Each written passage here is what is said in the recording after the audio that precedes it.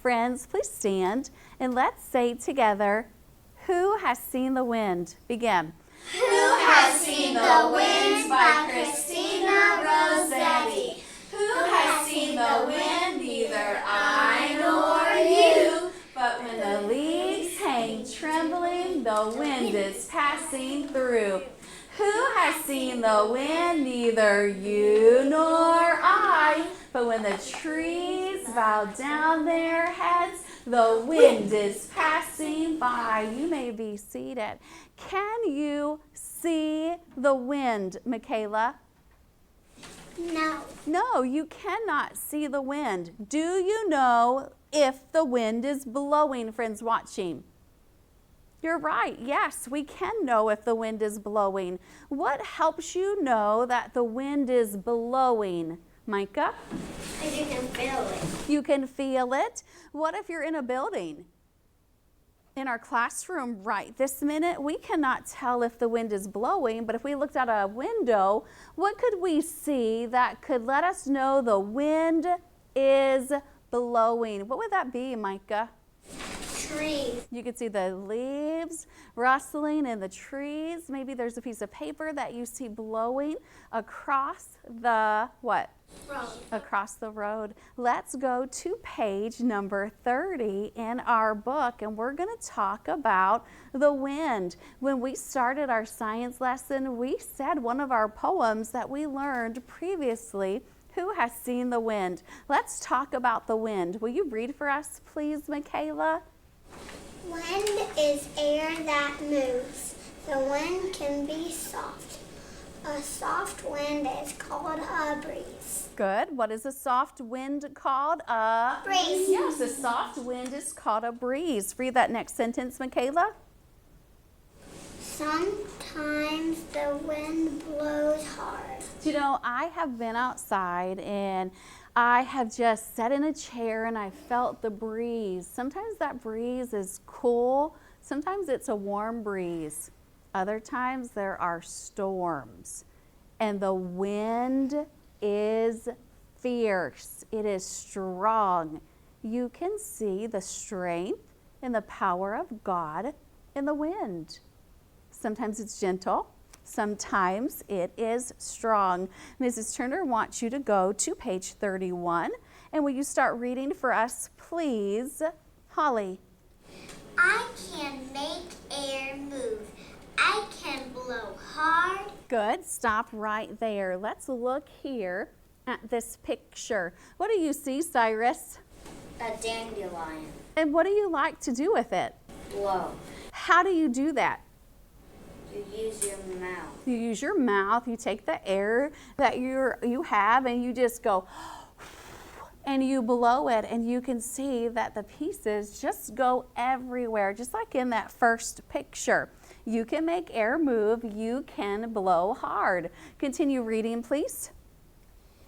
But I cannot blow the clouds across the sky. Well, it's clouds. I can get that and blow it, and it just goes everywhere. But if I go and go to the clouds, they're not going to move. I cannot make clouds move across the sky. Can you make clouds move across the sky? Of course you are not able to do that. For our friends in our classroom and for our friends who are watching, maybe you will have opportunity to go outside. Take time to feel the breeze that God made, feel the wind. Take time to look up into the sky. Watch how the clouds are moved across the sky by the wind. You can see that that wind will blow those clouds across the sky. Go down to the bottom, and will you read that for us, please, Michaela? I can blow one leaf away, but I cannot blow many leaves off of the trees. We can't. You see, we do not have the capability to get every leaf off of a tree. All of the leaves are there. God knows when to let those leaves fall to the ground. God knows when that wind is going to blow those out. We might not be able to blow the leaves off of the trees, but we can blow bubbles. We can blow bubbles. For our friends who are watching, maybe that's something that you can do with your on-site teacher. You can take bubbles and you can blow those bubbles outside. It's something easy, something that we can do. I cannot blow clouds across the sky. I cannot blow all of the leaves off of the trees, but I can blow bubbles. And that is lots and lots of fun. I want you to go to page number 32. Go to page 32. On page 32, read what it says, please, Lincoln. The sun is out. The wind is blowing. I will dress warm to fly my kite. Good. What do you think would be needed for you to fly your kite? What do you think we would need? To fly a kite, what would you need? First, you need a what? If you're going to fly a kite, what would you need, friends watching? Yes, you need a kite. Would you fly the kite inside of a building or outside of a building? Outside. Yes, you would fly that kite outside of the building. You need wind. The movement of air, which is wind, is called a force. The movement of the air. Or when you go outside and you feel the wind, although you can't see it, it is a force. What is it called? Force. You're right, it is called a force. A force is a push or a pull. A force is a push or a pull. What is a force? A push or a pull. When you go outside and you want to fly your kite, you need that force. You need that movement of air to push your kite up higher, and then you're going to let that wind pull that kite. On this page, it says, follow the dots to make a kite for the boy. Color the picture. At this time, you may follow the dots to make a kite for the boy and color the picture. While you are doing that, who makes the wind blow, Mason? God. You're correct. God makes the wind blow.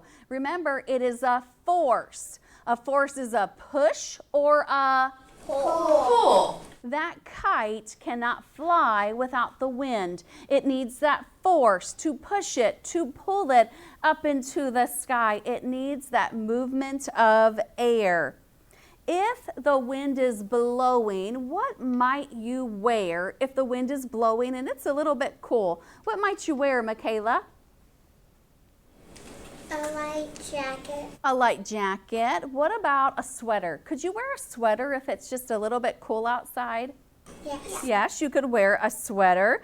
Do you think you are going to need a hat and gloves and a scarf and a heavy jacket? No. No, not if it's just a little bit cool.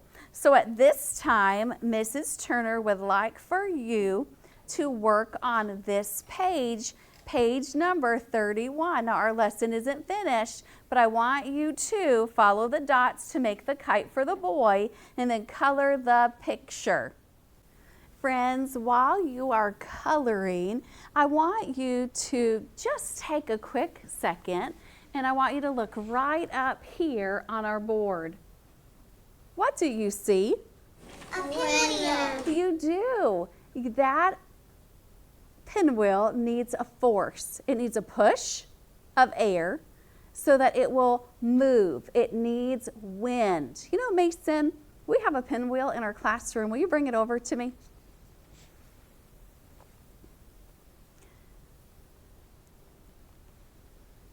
Now this, say there, Mason, this pinwheel is a lot of fun.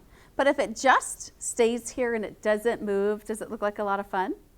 No, but if we add air and we blow on the pinwheel, are you ready?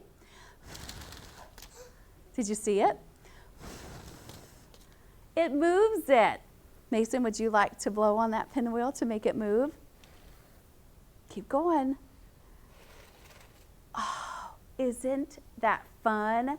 You see, that pinwheel is using air. It's using a force to push that pinwheel around and around. Thank you. Who would like to try it? A friend that's been attentive, you're following along. Maybe friends who are watching, your on-site teacher will have a pinwheel and you will be able to play with it. Let's have Michaela and Cyrus come on up. Michaela, you can go first. Oh, look at that. Did you see the air that moved that pinwheel? Here you go, Cyrus. Oh, he was able to get a lot of air on that. That was a big force. Come see me, Micah. Holly and Lincoln, just get in a line. Micah's first. Isn't it fun to play with a pinwheel?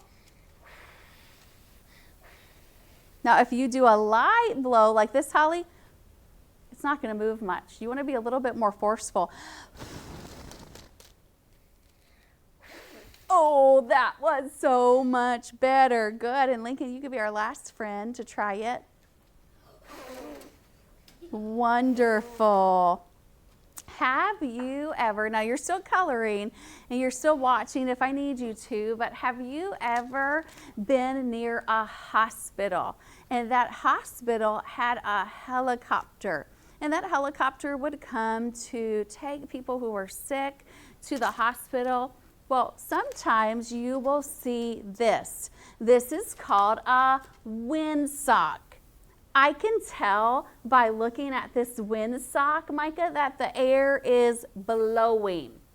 If the air were not blowing, I wouldn't see it like this. Maybe you have seen that near a hospital. It will let them know what direction the air is blowing. And then look here. There's our kite. It is fun to go outside and to fly a kite. Maybe at your recess time, you might be able to fly a kite. You might have one of them to play with. Know that that kite needs the movement of air, a force, a push or a to get it up to the sky. It needs wind. You cannot fly the kite without wind. Let's take a second and let's look at page number 33. If you're not finished coloring, you can come back to that later, but let's go to page 33. Boys and girls, God loves you. He loves you very much. This is something that you have heard all year because it's true. It was told to us in the Bible, God is love. God shows us his love in providing all of our needs. We have clothes to wear. We have food to eat. God has given your family special jobs that they do to meet the needs that you have. God is so good, but he wants us to take care of what he's given us. Let's read what it says at the top, Michaela. The thermometer may go up or come down. It is God's plan for us to feel just right. You're right. And then look at that Bible verse. Aren't you glad that in our science book we get to talk about God and his word? It says Philippians 4:19, my God shall supply all your need according to his riches. There's nothing that God's going to say, sorry, can't give you that. Sorry, I'm not going to meet that need. Too bad. You know, God's never going to say that, but God has promised that he is going to meet our needs and he's going to supply what we need. Look at the sun. Read below the sun for me, please. Micah. God gave us the sun. It gives us light and helps keep us warm. Good. Now we know that God put that sun exactly where it needed to be. If the sun were closer to earth, we couldn't live here on earth because it would be too hot.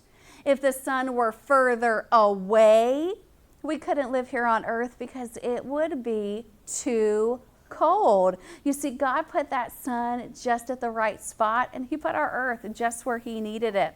The sun heats the earth. That's where we get our warmth from. The sun heats the earth. The warm sun, the warm surfaces heat the air around us. Have you ever been outside, or maybe you have gone to the beach and you have stepped on the sand, and the sand is hot in the summer? Or if you go outside and you walk on the concrete or you step on the road, it is hot because that surface is getting that energy, getting that warmth from the sun, and it's putting warmness around us. So we step on it and we think, oh no, that's so hot. I've got to get my feet off this sand. It's really hot. Oh, I can't walk on the pavement without shoes. It is very, very hot. The sun is warming the surface. Boys and girls, I want you to look here. God, in his wisdom, knew to make this. Do you know what that is? Cotton. It's cotton. This is cotton before it has been processed to make things like clothes. God meets our needs in his creation. We have cotton, and that cotton can make clothes. Maybe your clothes you are wearing are made out of cotton. But look here at the animal. It says God made plants and animals. We use some plants and animals to make clothes. We can take the wool from the animals and make gloves or scarves or even their skirts that are made out of that. Lots of clothes. So God meets our need by giving us the sun to give us warmth, by giving us plants and animals where we could get food and clothing. Look down at the bottom. Read what it says under the man with the hammer and the wood. Holly. God makes trees grow. We can make nice warm houses. Isn't God good? You have a home. Maybe you have an apartment or a small house. Maybe you have a great big house, but God met your need. He gave you a place to live. He gave you a roof over your head. He cares about you. He loves you. And let's go to the last picture. Will you read that for me, please, Michaela? God gave us a good minds to think of ways to heat our homes. And if you look at that picture, it's a what, friends watching? It's a fireplace. Maybe your home has a fireplace. Maybe you just have a panel on the wall and you go push a button when it gets cold outside, and it will let your house heat up automatically by pushing that button, that thermostat in your house. You know, but God in his wisdom, he gave us our earth. He knew just where to put it. He gave us animals that provide clothing and plants that provide food. He gave us a home to live in. We need to be grateful. He gave us a way to make our houses warm when it is cold outside. It is our job to take care of the things that God has given us. Boys and girls, God has given us everything we need, and we need to be good stewards of that. We need to take care of what he has given us. So he's given us our body. We need to take care of it. He's given us where we live. He's given us so many things, and we need to be good stewards of it. For the remainder of our lesson, you are welcome to look through the pages that we did in this lesson. But if you did not finish page 32, go back and finish following the dots to draw the kite for the boy and coloring the picture. You know, I enjoyed this lesson. I enjoyed learning a little bit more about the wind. We'll continue to play with the pinwheel, and we'll have fun with that. Maybe you'll have a kite to fly outside or even bubbles to blow, and that will be a lot of fun. But remember, it was God who made the wind. It was God who created all of these wonderful things that we have been given.